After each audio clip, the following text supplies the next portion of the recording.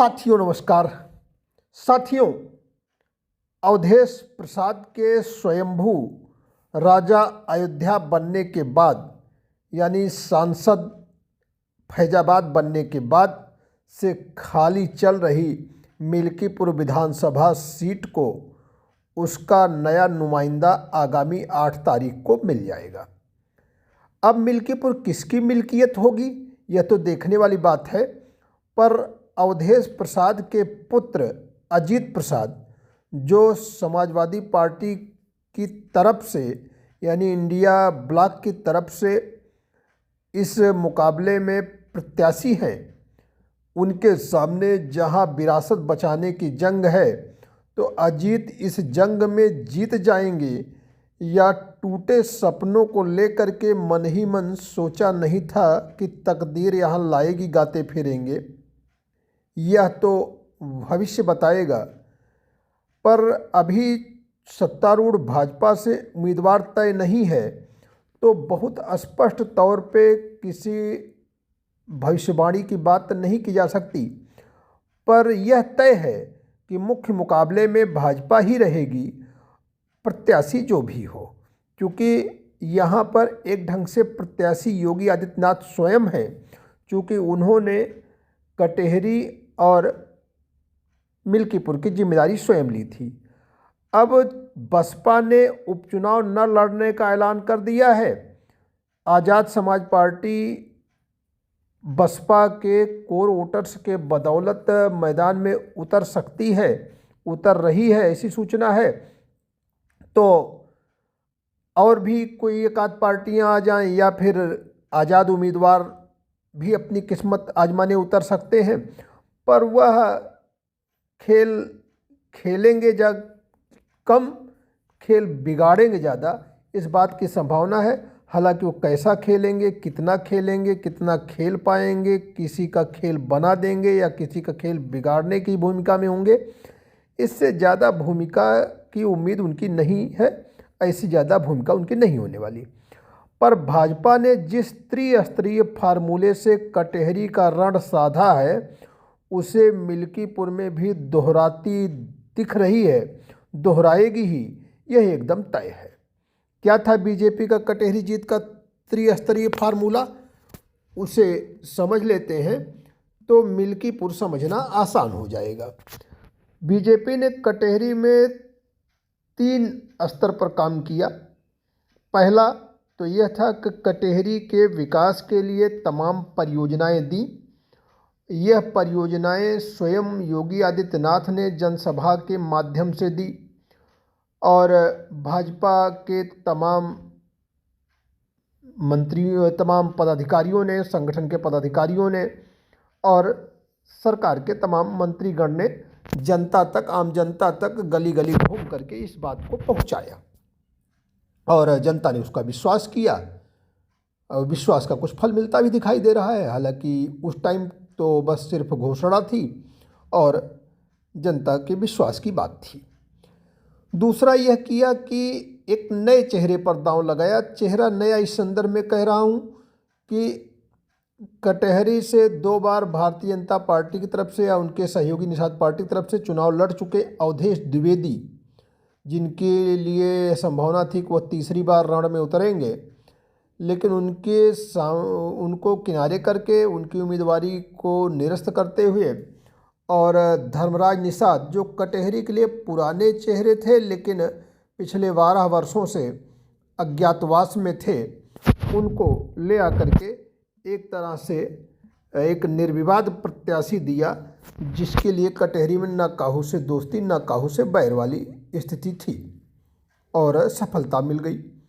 तीसरा फार्मूला जो भाजपा का फार्मूला तो नहीं कह सकते, उत्तर प्रदेश सरकार का फार्मूला भी सीधे तौर पे नहीं कह सकते, लेकिन चुनाव आयोग से निवेदन के माध्यम से या फिर राज्य सरकार ने अधिकारियों से उन नियमों के तहत, कानूनों के तहत जो इस संदर्भ में मौजूद थे, उसमें बोगस वोटिंग रोकने के लिए एक व्यवस्था बनाई, जिस व्यवस्था में यह किया गया कि रेड कार्ड थमाए गए ऐसे लोगों को जिन पर यह अंदेशा था कि वह मतदान को नकारात्मक रूप में प्रभावित कर सकते हैं।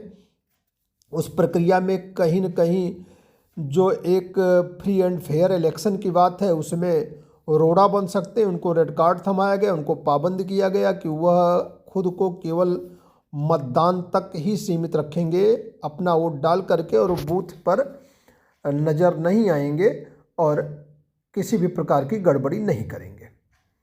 दूसरा यह किया गया कि बीएलओ लोगों के माध्यम से एक सूची तैयार कराई गई, जिस सूची में यह देखा गया कि उस बूथ पर, उनके बूथ पर ऐसे कितने लोग हैं जो मतदान के दिन जिनकी संभावना है कि वह उपलब्ध नहीं रहेंगे, वह अन्यत्र कहीं रह रहे हैं, किसी भी कारण से, किसी भी सिलसिले में वो बाहर है। तो वह एक सूची हो गई। वह सूची पीठासीन अधिकारियों को भी उपलब्ध कराई गई और यह व्यवस्था की गई कि इस सूची का व्यक्ति यदि वोट डालने के लिए आता है तो सघन जांच पड़ताल के बाद यह आश्वस्त होने के बाद कि यह वाकई ऑथेंटिक पर्सन ही वोट डालने आया है, तभी वह मतदान कराया जाए, अन्यथा न कराया जाए। तो इससे बोगस वोटिंग रोकने में सफलता मिली। अब इस बात को, हालांकि लोग इस पर विवाद कर सकते हैं कि बोगस वोटिंग रोकना बीजेपी के लिए फायदेमंद कैसे हुआ, तो उसकी डिटेल में जाने की आवश्यकता वीडियो में नहीं है। ज़्यादातर लोग अपने बुद्धि विवेक से यह बात समझ सकते हैं कि बोगस वोटिंग कैसे होती है, कौन लोग कर सकते हैं और किस तरह से बोगस वोटिंग के लिए वह अपनी रणनीति बनाते हैं, और इस प्रकार के पर्ची न देने से और सघन जांच पड़ताल से कैसे उनके मंसूबे ध्वस्त हुए। यह 3 स्तर का जो एक फार्मूला था बीजेपी का, इसने एक बड़ा परिवर्तन किया। बाकी अन्य जो बातें हैं वह तो सेम ही रहने वाली हैं, जैसे कटहरी में था वैसे मिल्कीपुर में रहेगा। तो यह जो रणनीति थी भाजपा की, वह रणनीति कहीं न कहीं अवधेश प्रसाद के लिए, समाजवादी पार्टी के लिए, इंडिया ब्लॉक के लिए मुश्किल भरी साबित होने वाली है, क्योंकि यह देखने में आया कि उसी समय से जब कटहरी के लिए योगी आदित्यनाथ प्रयास शुरू किए थे, तभी से मिल्कीपुर को भी साधने का जतन करने लगे थे। किसी कारण से चुनाव यहाँ लेट हुआ, लेकिन योगी आदित्यनाथ ने जो मिल्कीपुर के विकास के लिए कहा था, उसमें से तमाम परियोजनाएं, तमाम काम मिल्कीपुर में धरातल पर उतरते दिखने भी लगे। तो वह त्रिस्तरीय फार्मूले का जो पहला फार्मूला है वह मिल्कीपुर में एकदम हिट और फिट साबित होने जा रहा है, ऐसी संभावना देखी जा रही है, ऐसी चर्चा लोग बाग कर रहे हैं। बाकी दूसरा फार्मूला प्रत्याशी चयन की बात है। निश्चित रूप से यह जो लेट हो रहा है बीजेपी की तरफ से प्रत्याशी की घोषणा में, उससे इस आशंका को बल मिल रहा है कि बीजेपी मिल्कीपुर में भी कोई नया चेहरा उतार सकती है। और तीसरी बात तो निश्चित रूप से होने ही वाली है, प्रशासन की तरफ से वह व्यवस्था कंटिन्यू रहेगी जो कटहरी में की गई थी और या अन्य विधानसभाओं में की गई थी।